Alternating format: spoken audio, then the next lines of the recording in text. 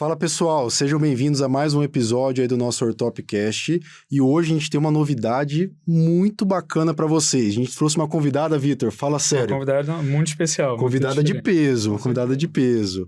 Doutora Patrícia Fux, seja bem-vinda ao nosso episódio aqui. Muito feliz de ter você aqui com a gente gravando. Eu que agradeço o convite de vocês. Obrigado, doutora. A gente hoje, então, vai conversar, o nosso tópico principal hoje vai ser a parte, né, a participação feminina na ortopedia. E aí a gente trouxe, então, a senhora como primeira presidente e mulher da SBOT, da história da SBOT, toda a sua história foi a primeira, e acho que até como a senhora mesmo falou, a primeira, mas não a última. Então, a gente quer ouvir um pouquinho do que a senhora tem para contar para a gente aí, como que é a participação feminina. Seja muito bem-vinda e muito obrigado por estar aqui com a gente, viu? Obrigada a vocês. Eu acho que o tema da mulher na ortopedia começou a ficar meio que na moda, porque um pouco antes de eu ser eleita presidente do SBOT, era um movimento que estava acontecendo em vários lugares, não foi só no Brasil. Eu acho que a SBOT, ela teve a vanguarda de ter tido a primeira presidente assim, de uma sociedade grande, que já tiveram outras presidentes de sociedades nacionais, mas que, por exemplo, na região ali na Ásia, mas que eu acho que a gente não tem muito contato, acaba não conhecendo. Então, assim, das sociedades ocidentais, tem a maior, que é a Academia Americana, depois vem a SBOT, depois a Federação Europeia, e aí a SBOT teve deu o primeiro passo de ter uma presidente mulher. Mas eu acredito que eu não fui eleita porque eu sou mulher. Eu fui eleita porque eu estava fazendo uma trilha dentro da sociedade. Eu participo da SBOT desde quando eu fui chamada para ser examinadora no TEOT, então eu participei de moção de comissões e tudo. Eu só não fiz parte da comissão de ensino e treinamento, porque na época eu tinha filho pequeno, e aí era muito difícil conciliar a Santa Casa mais a comissão de ensino. De ensino é uma comissão que trabalha muito desde aquela época. Mas eu sempre participei muito, então eu acho que eu vi acontecendo naquela época. Não é só porque eu era mulher, eu acho que é porque o pavilhão Fernandinho, e eu tenho uma história na formação de muita gente que ortopedia, porque eu fui preceptora há muitos anos lá, eu fui responsável pelos alunos durante também muito tempo. Então eu tinha uma história na ortopedia, não foi só porque eu estava de saia. Eu acho que foi só uma casualidade que fez parte desse movimento que está acontecendo. Eu acho que vocês todos que são jovens devem saber que tem um movimento grande hoje em dia sobre diversidade, sobre inclusão. E até uma das coisas que eu vou falar amanhã, sexta-feira, falar sobre diversidade, de inclusão. Eu acho que a SBOT também tem que ter um protagonismo nesse movimento. E essa diversidade, a primeira coisa que vem na cabeça de todo mundo é em respeito à mulher, mas não é só a mulher, tem várias outras diferenças na nossa sociedade que não estão sendo vistas melhor. Todo mundo olha, mas às vezes não vê. Então, eu acho que nós estamos nesse momento no mundo falando sobre isso. Muita gente conhece a senhora por causa desse tempo na presidência, mas como que foi sua história até chegar lá? Quem é a Patrícia Fux? Aonde a senhora se formou? Como que foi o seu período de formação? Eu sei sua especialidade, mas conta pro pessoal o que a senhora fez. A minha história é uma história muito simples. Eu estudei, meu pai não era médico, minha mãe também não era médica, e eu sempre quis fazer medicina, nunca tive muitos dotes, assim, femininos para aprender a fazer uma coisa mais, sei lá, menos drástica do que fazer medicina. Eu sempre quis fazer medicina. E aí eu fui fazer a minha inscrição no vestibular e eu não sabia onde era a Santa Casa. Naquela época a Santa Casa tinha um exame em separado. E aí eu cheguei na Santa Casa, entrei naquele quarteirão, vi aqueles tijolos, falei, nossa, é aqui que eu vou morar minha vida muito inteira. bonito, né? Muito e aí bonito. eu fiz vestibular e passei lá. Na época, depois eu tinha passado em outras faculdades, mas foi assim, coisas do coração, acho que estava escrito que eu ia para lá. Aí eu fiz a faculdade E durante o período da faculdade, nós tínhamos umas aulas com as enfermeiras, porque a faculdade de enfermagem da Santa Casa é bem antiga. E aí a minha professora era enfermeira do andar das crianças do pavilhão. E aí, na tardezinha, colhia tipagem das crianças que iam para a cirurgia no outro dia, e como ela era minha professora e eu queria aprender a fazer qualquer coisa, né? Eu comecei a frequentar o pavilhão quando eu estava no primeiro ano. E aí foi amor à primeira vista, eu e o Fernandinho. Aí eu fui correndo à faculdade, eu queria fazer uma carreira cirúrgica, em princípio eu queria fazer cirurgia geral, todo mundo tem aquela coisa de fazer neurocirurgia, aquelas coisas. Aí eu comecei o internato na ortopedia e aí nunca mais eu fui embora. Então aí eu fiz a minha faculdade lá, fiz o exame de residência, passei, e digo assim com muito orgulho que anos e anos depois eu fiquei sabendo da minha nota, que eu tinha tirado acho que a melhor nota do nosso grupo, que eu fiquei muito orgulhosa.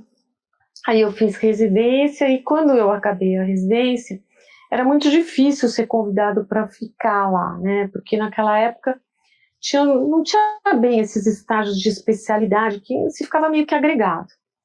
E aí eu me lembro que a diretoria falou, olha, que agora não tem lugar para você ser contratado. Eu falei, mas eu fico aqui de graça e faço qualquer negócio. Então eu fiquei muito tempo, assim, eu fiquei no quadril, eu fiquei no joelho, fiquei no grupo do trauma, onde precisava de um... Ficou de insistente lá com o pessoal. Exatamente, isso que a senhora falou agora, a gente comentou em outro episódio. Eu fiquei... eu faço qualquer negócio. Aí eu comecei a fazer prova para os residentes e fazer as coisas que precisava. E aí foi na época que o Moisés Cohen tinha começado a fazer também umas provas, aí o Moisés foi embora e eu acabei ocupando esse lugar de tomar conta dos residentes, especialmente nessa parte mais acadêmica. Aí chegou uma hora que nós tínhamos que nos distribuir, assim, a minha geração, quem que vai para o pé, quem que vai para o joelho, quem vai para a coluna. E aí o grupo da neuromuscular, que era o grupo da paralisia, era um grupo que ninguém queria, porque ninguém gosta muito de paralisia, né? Ainda mais naquela época que tinha muita poli e tudo. Aí eu era mais nova, sobrou para mim. Aí eu fui para a neuromuscular, fui para o grupo de paralisia e eu queria fazer coluna na época. Aí eu fiquei um pouquinho e aí eu fiz o meu primeiro fellow. Quando eu voltei do fellow, eu fiz um fellow nos Estados Unidos, cujo professor com quem eu fiquei fazia muita coluna, que era o que eu queria fazer. Aí quando eu voltei, eu me lembro que eu falei pro professor Carvalho Pinto, falei, olha, chefe, eu não quero mais ficar na paralisia, eu quero ficar na coluna. Aí ele olhou para mim e falou assim, então é melhor você esvaziar a sua gaveta, porque não tem lugar. Ou você vai para lá, ou você vai cuidar da sua vida. Aí eu fiquei na paralisia. E eu acho que, no fundo, o Dr. Valdemar tinha razão, porque eu acho que era um grupo, embora nós tivéssemos um chefe que era um indivíduo extremamente inteligente, assim, muito criativo, assim, uma pessoa excelente de trabalhar junto, ele não tinha muita disciplina de fazer protocolo, de colecionar paciente para fazer trabalho, ele não tinha esse perfil. Então eu peguei um grupo que tinha já uma história longa e consegui formatar o grupo e fazer protocolo e para conseguir publicar, para fazer pós-graduação. E aí com isso eu acho que ao longo de todos esses anos eu consegui pôr no mapa da ortopedia pediátrica o grupo da neuromuscular da Santa Casa. Esse foi, acho que, meu grande projeto de vida. E aí, paralelo a isso, aparecem as coisas, porque também na época que nós começamos a fazer ortopedia pediátrica, não tinha nem sociedade de ortopedia pediátrica, ela foi criada ao longo dessa jornada. Então eu participei disso, aí eu participei da formação da Latino-Americana, da Federação Internacional, e aí vai indo. E a SBOT estava junto, porque uma das coisas que todo mundo queria era ser convidado para ir fazer exame na SBOT, né?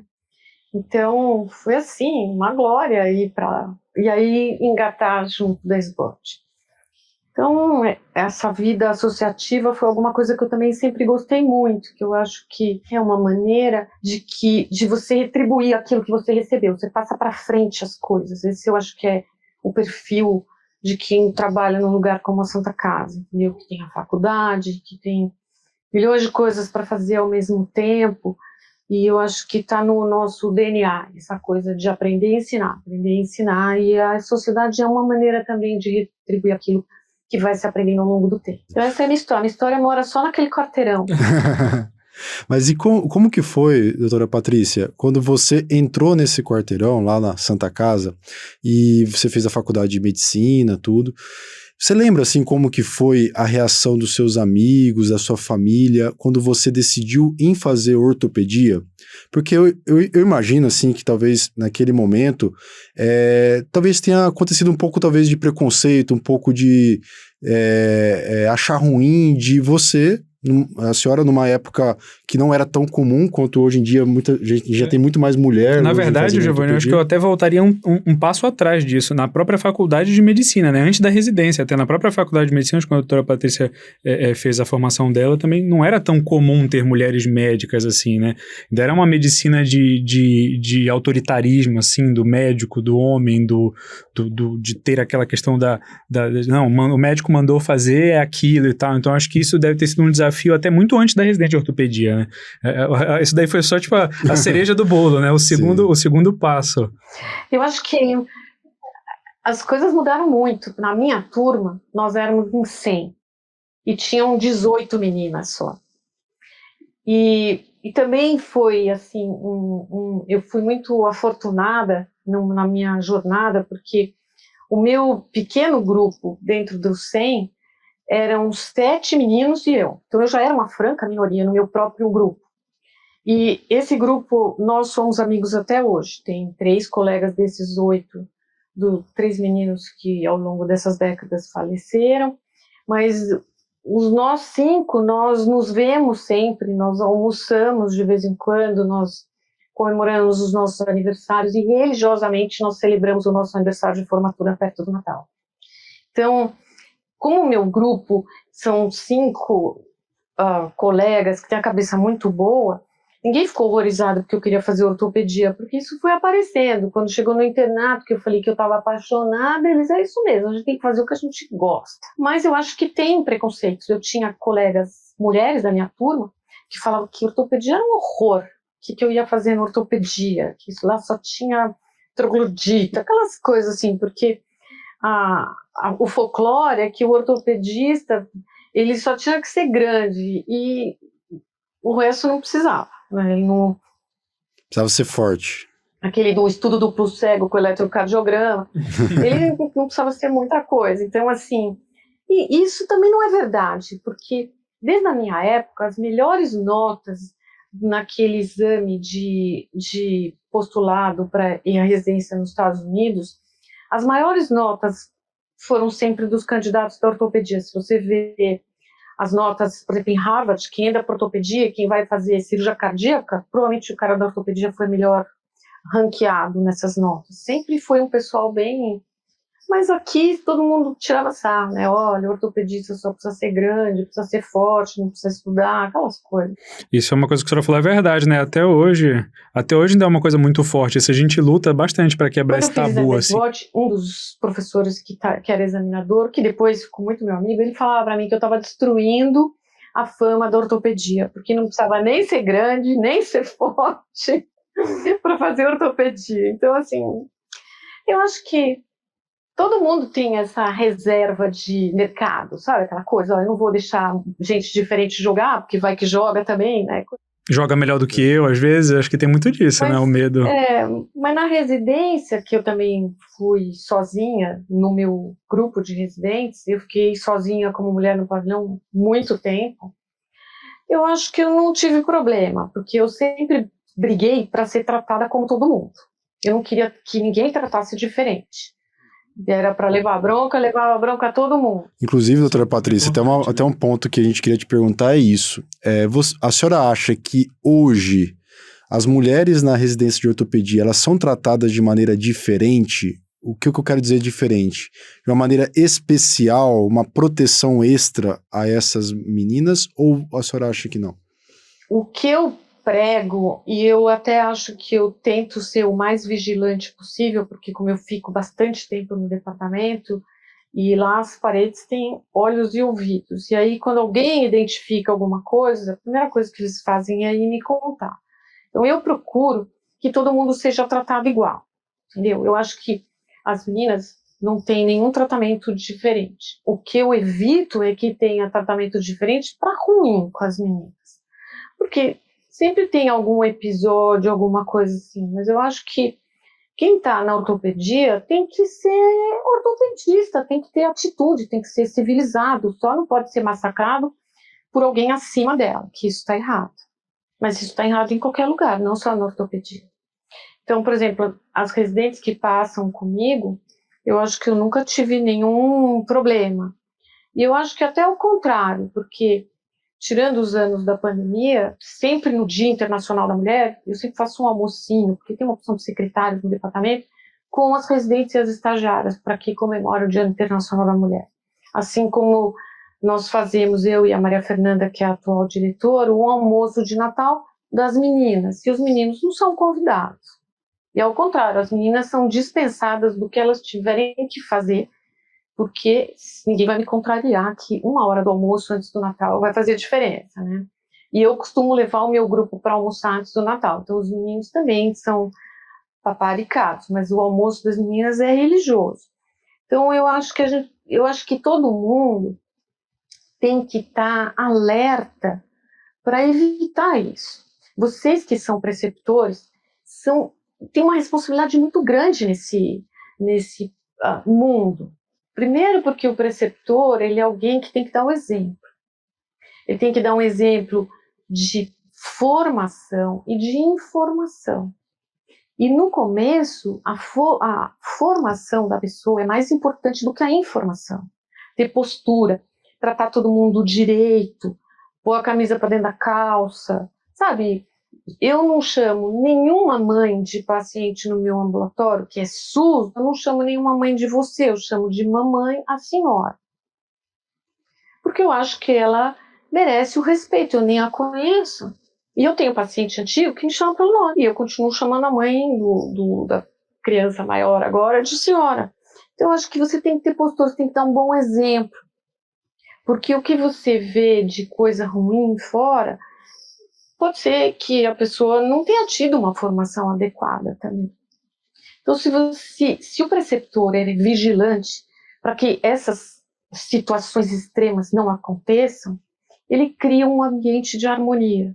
E aí o tratamento é igual para todo mundo. Todo mundo tem que almoçar na hora do almoço, todo mundo tem que jantar na hora do jantar, e todo mundo, se puder, vai dormir no plantão. Então, acho que tem que criar esse ambiente de respeito. Isso é a coisa mais importante. E eu acho que isso foi uma coisa que eu consegui durante a minha residência, ser tratado igual a todo mundo, a ter direitos e deveres iguais. Eu nunca tive nenhum tratamento especial e também nunca nem pedi. E isso também serve no ambiente associativo, entendeu? Por exemplo, em todas as reuniões, de todos os comitês, de todas as sociedades que eu participei, nunca ninguém precisou puxar a cadeira para eu sentar. Porque lá não é social. Cada um vai puxar a sua cadeira e vai sentar.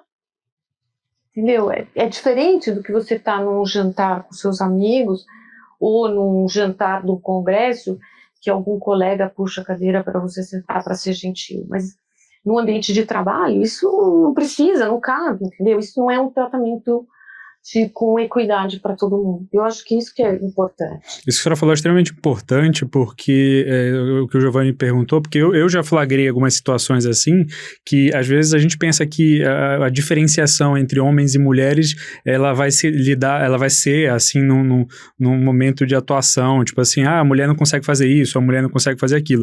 Mas eu vejo de uma maneira um pouco mais velada. As situações que eu já presenciei foram mais veladas.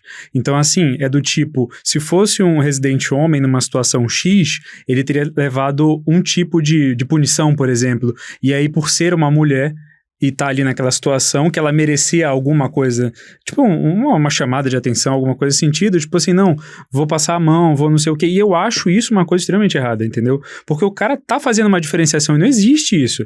Não existe, não é porque é mulher, porque é homem que vai ter um tratamento diferente, tanto pra melhor quanto pra pior, né? E assim, não vou chamar atenção porque é mulher.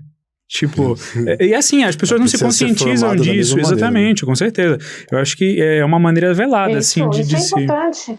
E isso é uma coisa que a gente tenta realmente... Por isso que o preceptor é tão importante. Teve um fórum de preceptores, quando eu era presidente, que eu fiz questão de falar sobre isso. E é importante, porque tem queixas que vêm de serviços credenciados da SBOD que justamente quem é o malvado da história é o preceptor. Então, como que um indivíduo que não tem equilíbrio para criar um ambiente de harmonia pode ser preceptor de um serviço? Ele pode saber muito, mas não é só saber muito ortopedia que faz alguém bom. Isso que a senhora tinha falado da SBOT e tudo, da SBOT ser bem representativa, enfim. Eu acho que a SBOT é uma sociedade exemplar, é uma das sociedades mais antigas, eu nem sei se é a mais antiga do Brasil, mas é uma das mais antigas.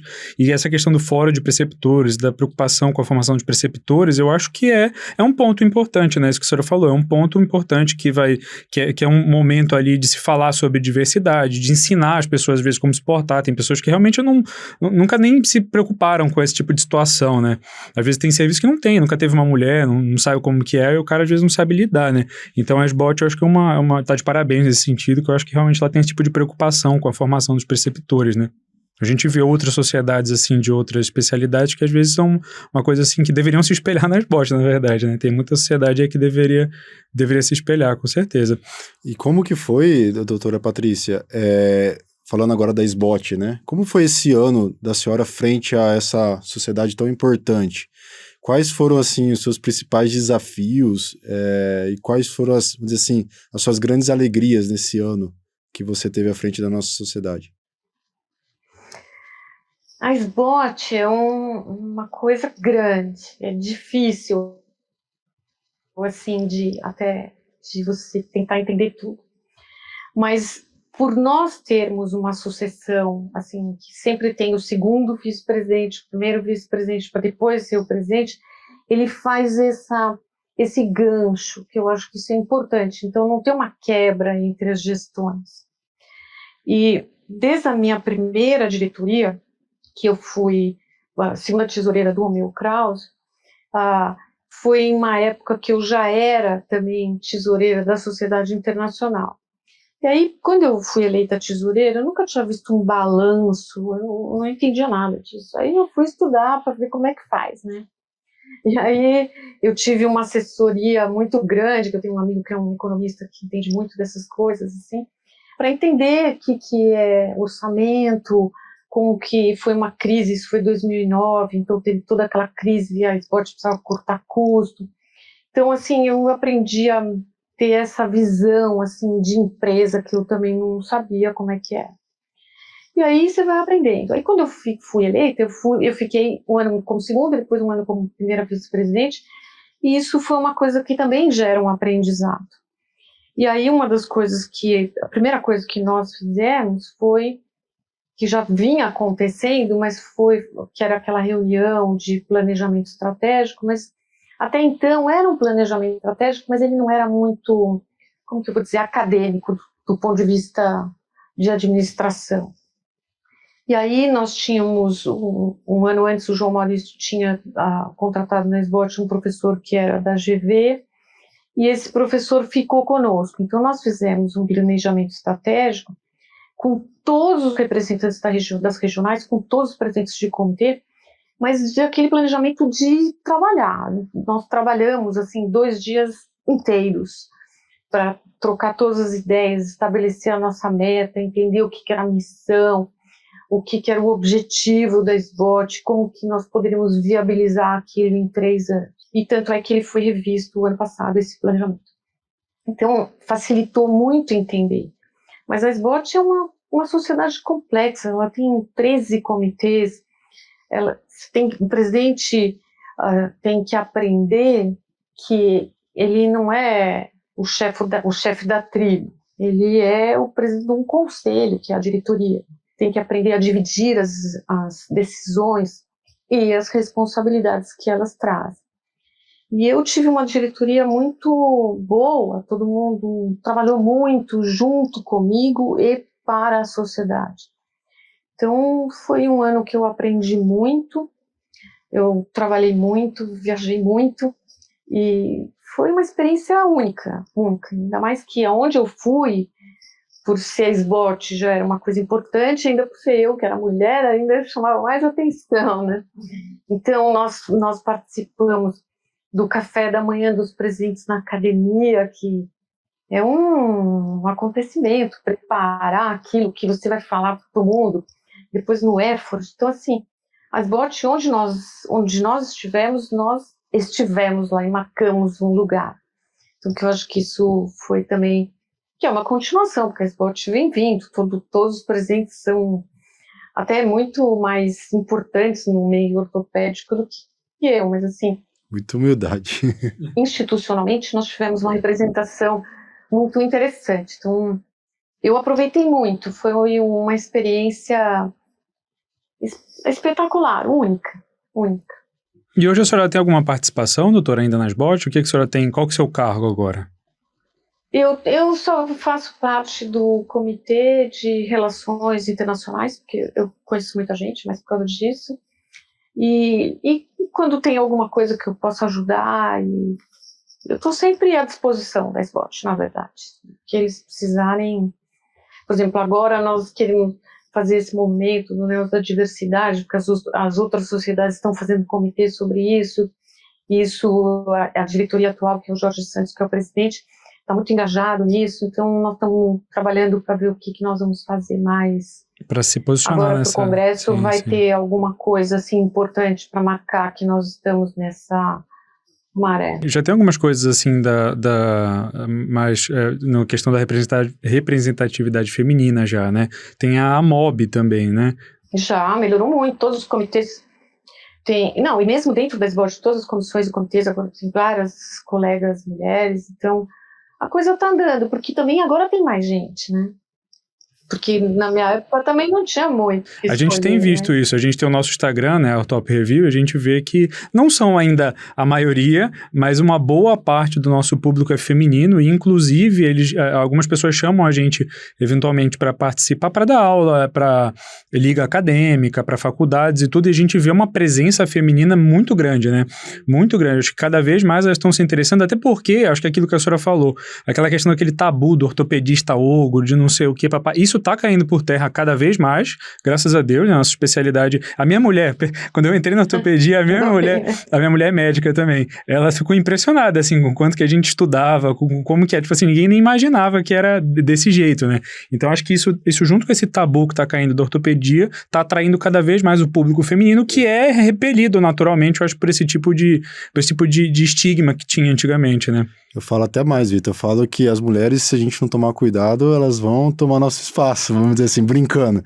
Porque as mulheres são, assim, eu vejo assim, elas são muito mais dedicadas que a gente. São muito mais competentes, o homem é muito mais sinceramente. relaxado, né?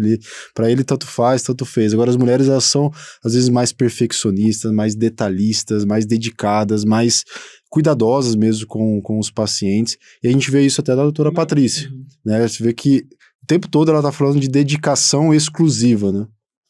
Eu acho que nós nunca vamos ter mais mulheres do que homens na ortopedia, porque ao longo dessas últimas, pelo menos dessa última década, o número de mulheres nas faculdades de medicina, tem faculdades que tem mais mulher do que homem. Sim, e aí quando chega na residência, não tem da liga, fazem um monte de coisa, porque quando você está na faculdade, tudo é alegria, tudo caiu na rede é peixe. Então essas ligas aprendem bastante, tem outras atividades, então engaja o pessoal jovem de fazer. Mas aí na hora que chega no final, aí não sei o que acontece, porque não tem muita mulher. Mas porque eu também acho que tem que ter uma certa empatia naquilo que você faz, entendeu? Por exemplo, na pediátrica tem bastante mulher, na mão tem bastante mulher.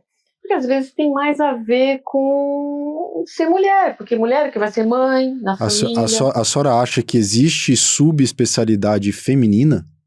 Ou assim, não, qualquer especialidade uma mulher pode fazer? Qualquer especialidade. Porque na ortopedia, ninguém faz nada sozinho.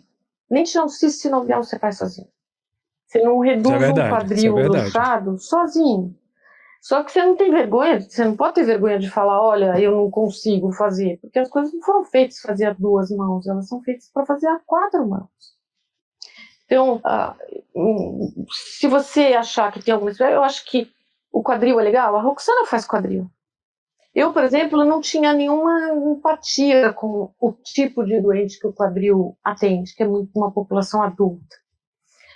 Assim como, por exemplo, não gostava muito de mão, porque eu acho que, não sei, é um tipo de cirurgia que não tinha nada a ver comigo.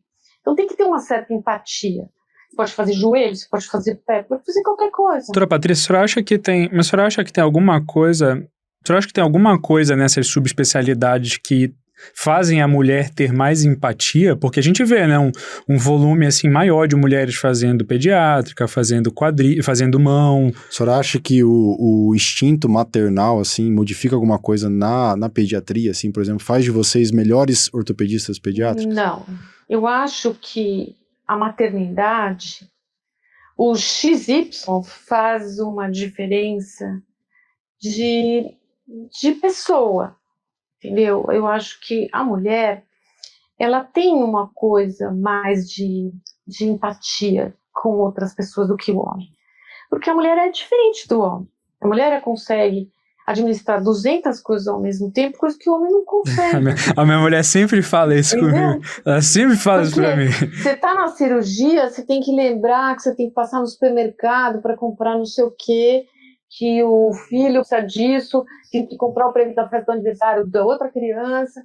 Você tem tudo isso na sua cabeça. E o homem não consegue. O homem tem que ter o papel dele dentro da família, de trabalhar, ele pode ter um hobby, mas ele não consegue essa multitarefa, não faz parte do DNA dele, não adianta, entendeu? Não tem multitasking no software do homem. Eu acho que você tem que ter um tratamento com equidade, não é com igualdade. Você entendeu? O conceito é outro. Equidade é tratar diferente, né, os desiguais. Então, eu acho que a ortopedia pediátrica tem mais a ver com mulher. Não sei se é isso, porque tem grandes ortopedistas pediátricos. Você me estava falando do Amâncio, que é um excelente ortopedista pediátrico, que ele também tem uma empatia muito grande com os pacientes. Eu acho que tem que ter a ver com você, aquilo que você faz. Eu falo, às vezes, para os residentes que vai escolher alguma coisa, eles têm que ver alguma coisa que você goste de fazer. Porque a vida profissional, ela não é um pirulito que começa no doce e acaba no palito. Ela começa com o palito para depois vir o doce, entendeu? Então você tem que escolher uma coisa que você goste muito. Porque junto com ela tem o pacote do lado ruim, para você conseguir chegar no lado bom. Eu acho que isso que a senhora falou é mais uma coisa importante, né? Porque para a mulher não se tolir.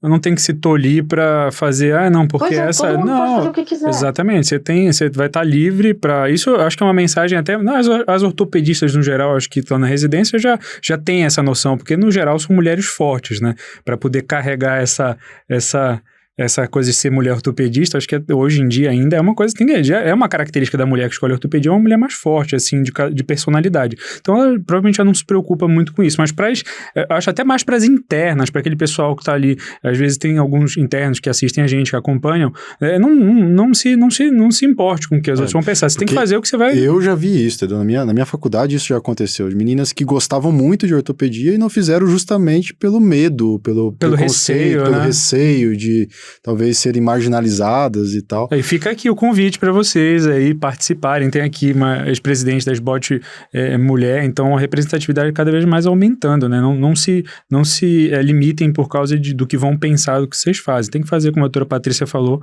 o que você tem empatia, o que você gosta, né? Mas sabe também que eu acho que quando você vai escolher o fim, assim, tem que ter, para você fazer alguma coisa bem feita, você tem que estar comprometido com você. Que você quer fazer alguma coisa, que você quer fazer e quer fazer bem aqui. E para você ter isso, você requer muita disciplina. Você tem que, não é só disciplina da hora que você acorda, sabe que você tem que estudar, que você tem que trabalhar, que não tem aquele dia a dia, hoje não aguento mais. Toda hora tem que ter alguma coisa. E todo mundo vai chegar àquela hora das 5 da manhã no plantão, que você tá morrendo, e chega mais um paciente para atender. Você vai falando, não, agora eu tô cansado. Chega uma resposta. Então, você tem que querer fazer. Já faz mais ou menos uma década que o número de mulheres na faculdade, ele tá aumentando. E tem faculdades que tem mais mulheres do que homens. E aí chega na residência e nós não encontramos mais essas mulheres querendo fazer ortopedia. Tem um gargalo. Porque para fazer... mas não é, eu acho que não é um gargalo, assim, que tem um funil que não deixa entrar. Eu acho que as pessoas não escolhem, porque às vezes não tem empatia naquela especialidade. Porque a ortopedia, ela, pelo nome, já fica ortopedia e traumatologia, então eu vou ficar para sempre de plantão. E hoje em dia, não é só as mulheres, mas muitos homens também não querem se comprometer com essa vida, entendeu? Então, como eu tinha dado exemplo, eu tenho um paciente que se ele cair na casa dele agora, que são 8h15 da noite, e ele acabou de jantar, sabe que horas vai entrar essa supercondiana? Então, eu estou de plantão para sempre, entendeu? Porque eu não posso deixar de ir se tiver uma emergência com algum doente que seja meu, ou que alguém me encaminhe. Isso que a senhora falou é importante, realmente. As pessoas não estão muito querendo fazer Não querem se isso, comprometer entendeu? dessa maneira, né? Desse jeito.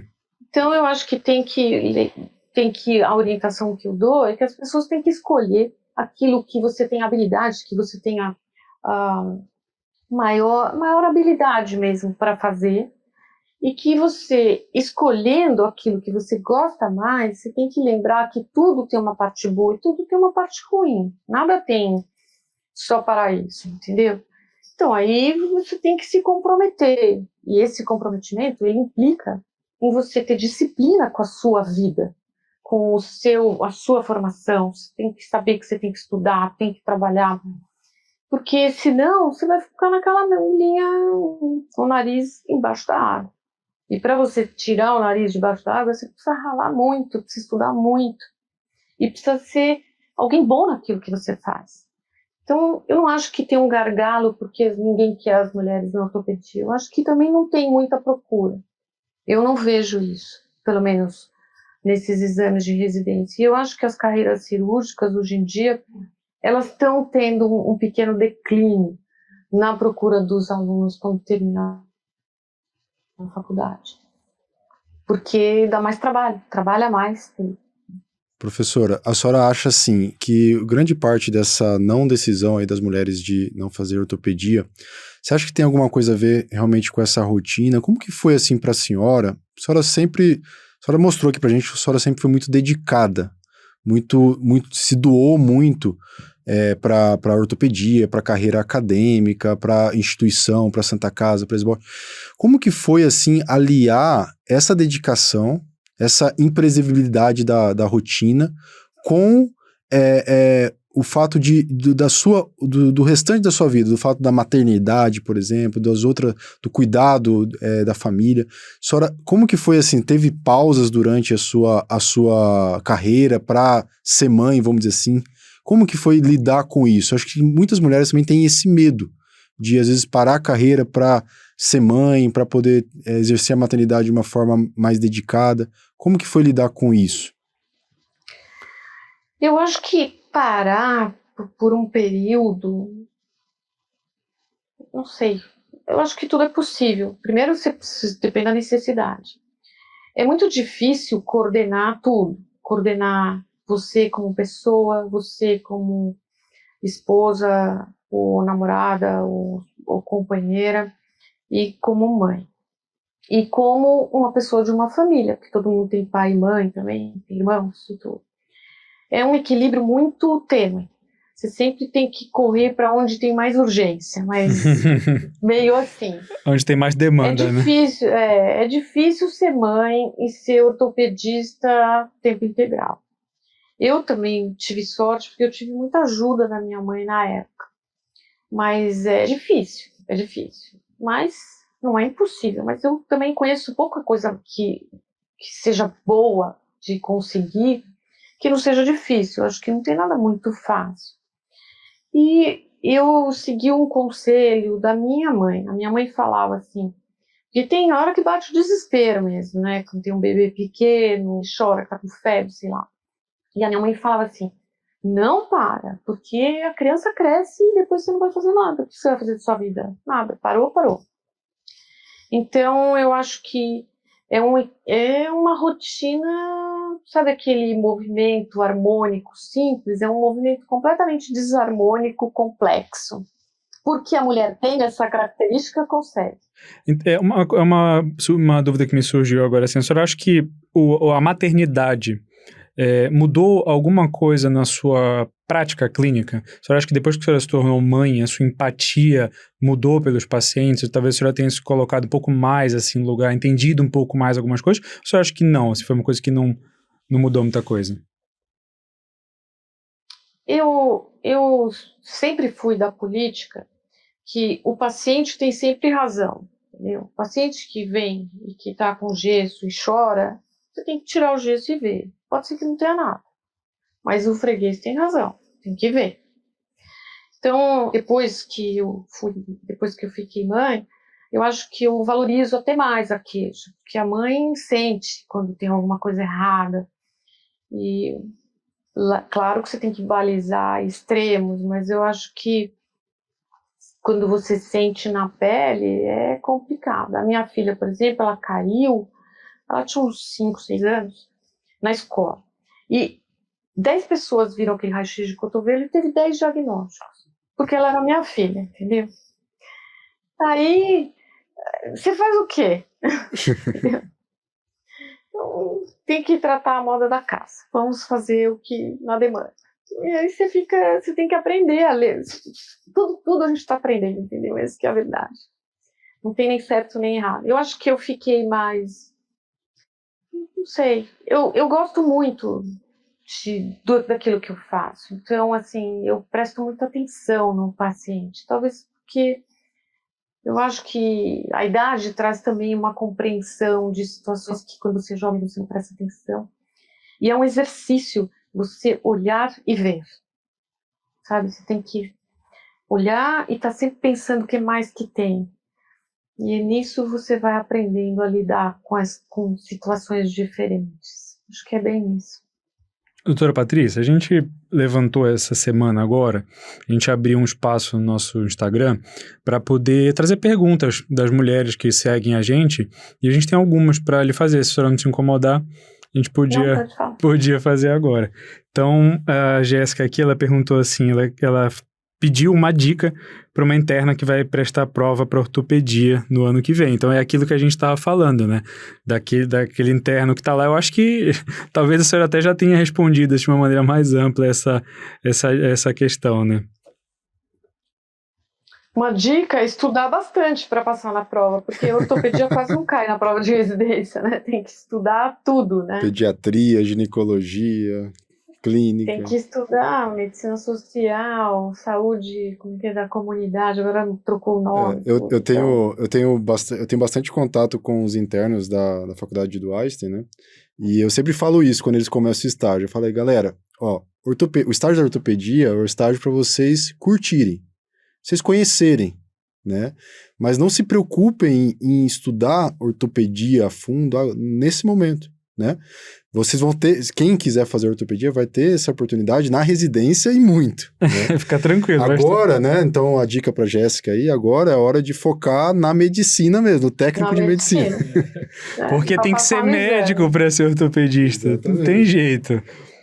E eu acho que, na verdade, uma dica assim que talvez também seja interessante é justamente isso que a doutora Patrícia falou. De ver se essa é a sua aptidão, porque às vezes a pessoa não estagiou, não conheceu e tal, e a ortopedia como qualquer especialidade cirúrgica, o buraco é um pouco mais embaixo, e para quem às vezes acha que a ortopedia é justamente essa questão de ser ogro e tal, não é isso. Se você quer, eu falo isso para os residentes, se você quer fazer direito, vai ser difícil. Se tá fácil, é que você não tá fazendo direito. Qualquer coisa que você quiser fazer, independente, medicina, arquitetura, pintar, qualquer coisa vai ser difícil. Vai ter um processo que vai te espoliar, que vai te fazer chegar lá. Você precisa passar por isso para aprender, isso faz parte. Então, acho que essa questão do ir atrás, conhecer a especialidade, é uma boa recomendação, né, para esse pessoal que está pensando em fazer ortopedia. Tem muita gente que não conhece bem a especialidade. Isso, porque sempre tem alguém que conhece alguém. Aí vai lá, vê como é que é, sei lá, pega um dia da rotina, tem que saber um pouquinho. Acompanhe alguém, vê como é que é. Na cega, né? Tem que ter alguma coisa vivenciada, senão fica só na ilusão, né? Com certeza. A própria Jéssica, ela tá bem interessada, ela perguntou mais uma coisa, ela perguntou aquela questão da força física, né, ligada ao sexo, se é uma barreira para a prática médica na ortopedia. Tem mesa de tração hoje. Não precisa ter mesa de tração, forte, Jéssica. Não precisa. Porque só precisa ser... Você precisa ter a cabeça, não precisa ter uma mão forte. Porque hoje em dia, com tudo que existe de aparato cirúrgico, nem o mais forte de todos faz força. Então, Só precisa ser inteligente. Não Eu precisa até ser vi uma forte. frase numa entrevista, numa revista da senhora. Eu estava pesquisando um pouquinho sobre aquilo que a senhora já tinha feito, e aí tem uma frase que a senhora colocou numa revista de pediátrica: não precisa ser forte, só ter jeitinho para fazer tudo. Tem uma máxima do cirurgião, que o cirurgião, como é que é? Ele tem que ter... Eu não lembro mais quem falou, mas no departamento de cirurgia lá na Santa Casa tem um quadro que fala que o cirurgião tem que ter olhos de águia, coração de leão e mãos de fada. Até o cirurgião, tá vendo? Mas é verdade, na verdade, assim, essa é uma coisa que às vezes os residentes se surpreendem quando eles vão entrando em algumas cirurgias, assim, que acham que são, até próprio trauma, assim, acham que vai ser uma coisa meio bruta, que vai ser uma coisa assim, mas na verdade é muito delicado. Você tá lá na cirurgia, você tem que tá no meio daquela fratura inteira, você tem que ir lá, hoje eu tava numa situação assim, você tem que ir lá, tem que dissecar um nervo, tem que afastar de maneira delicada, na verdade... Tudo na questão da ortopedia, assim, tudo é o contrário da brutalidade, né? Você não faz nada, você não vai fazer uma manobra, você não vai fazer uma manobra com brutalidade que você vai gerar um dano no paciente, você pode fazer uma lesão neurovascular. Então, é muito mais uma questão técnica do que uma questão de força, né? Não se preocupem com isso, você vai precisar malhar para virar ortopedista. A gente tem mais uma pergunta aqui da Flávia agora. Ela perguntou preconceito dos pacientes. Se chega uma mulher ortopedista para atender no plantão, por exemplo, então ela tem um pouco de receio de ser plantão, de ser como mulher, estar naquele ambiente do plantão, e o paciente tem algum tipo de preconceito. Não sei se a senhora tem alguma experiência pessoal, já passou por alguma situação parecida. Eu acho que hoje em dia isso é muito difícil de acontecer. Na minha época, quando eu era residente, às vezes acontecia isso, porque geograficamente onde fica a Santa Casa, mas assim, eu acho que hoje em dia não. Você tem que ter uma atitude adequada. Você tem que tratar bem o doente, e se você for adequado, ele tem que ter essa pequena distância de você mostrar que é você que está... Ele está lá para ser atendido, assim como você está lá para atender. Mas tem que ter um relacionamento médico-paciente, não pode perder isso. E a nossa última pergunta aqui é como lidar com o preconceito que ainda existe com as mulheres na residência de ortopedia. Acho que fecha, assim, né, de uma maneira geral, fecha aqui o que a gente tinha comentado. Como lidar, né, com isso? Se isso acontecer, né? Se isso acontecer, eventualmente. Eu volto a dizer, eu acredito que é um trabalho de todo mundo, é uma construção. Eu acho que nos nossos serviços que nós temos, os nossos preceptores, eles têm que ser vigilantes. Eu acho que todos nós temos que ser vigilantes, para que não aconteça excesso, nem para mais nem para menos. Para que todo mundo tenha uma... Sabe que noções de civilidade é uma coisa que está meio que perdida no tempo, entendeu? As pessoas passaram a não saber o limite, até aonde eu posso ir sem invadir o seu limite. Isso se você não for civilizado, não dá para morar com duas pessoas. Então, eu acho que esse conceito e essa vigilância tem que ser constante. Pode ter excesso? Pode ter excesso, porque a natureza humana, às vezes, é muito malvada. Mas se tiver essa vigilância constante, e já está tendo esse movimento de construção, já tem mais mulheres, e tem mais mulher em chefias. O nosso departamento, quem é a diretora é uma mulher. Então, a Luciana do Ombro é chefe de um serviço. Então, isso está acontecendo, a mudança está acontecendo, só que as mudanças demoram muito tempo, e as pessoas não têm esse tempo para esperar. Mas se todo mundo for vigilante, isso tende a ficar num nível muito, muito pequeno e vai desaparecer. Doutora Patrícia, olha, eu só tenho que te agradecer esse momento que a senhora dispôs pra gente. Acho que, com certeza, todo mundo que vai estar ouvindo, né, nossos residentes, ortopedistas, com certeza, assim, no mínimo vão refletir um pouquinho sobre aquilo que a gente falou, né? E eu vou falar pra senhora uma coisa, eu me senti inspirado um pouquinho pela sua história. A senhora realmente, assim, a senhora transmite dedicação pra gente que é mais novo, tá? Então, muito feliz aqui de estar participando aqui no Ortop Review, Vitor. Isso, com certeza. Ele agradecer imensamente aqui pela presença. A gente realmente acha que isso é um tema muito importante e que não acabe aqui, né? Que isso realmente motive. A gente tem esse quadro aqui, o podcast e tudo, para justamente fazer isso, né, cara? Fomentar esses assuntos, justamente trazer à tona essas coisas e tirar qualquer tipo de barreira que eventualmente possa existir. Então, se você aí é uma interna, está querendo fazer ortopedia, você tem aqui um grande exemplo de mulher ortopedista que chegou ao que seria o cargo máximo aí da sociedade, a presidente da sociedade, já foi presidente da nossa sociedade.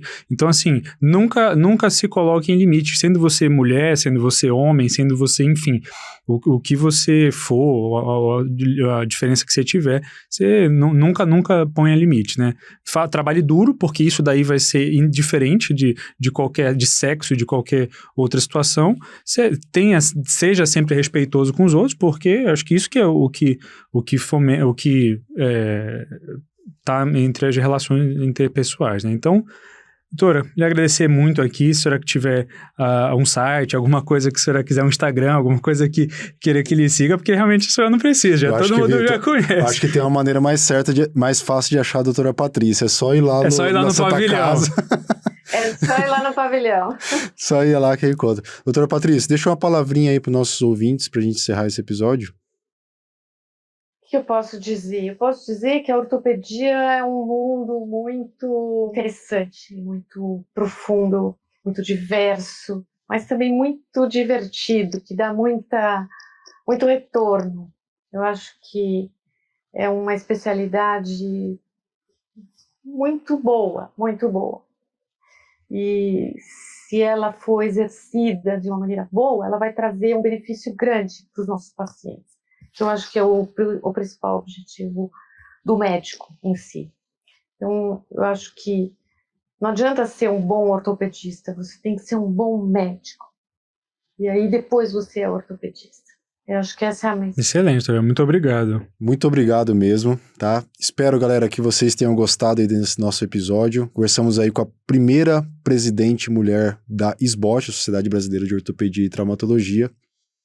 Até o próximo episódio. A gente se vê em breve. Vitor, manda um abraço aí pro pessoal. Abraço, pessoal. Obrigado por acompanhar a gente aqui. Tchau, tchau. Até o próximo episódio.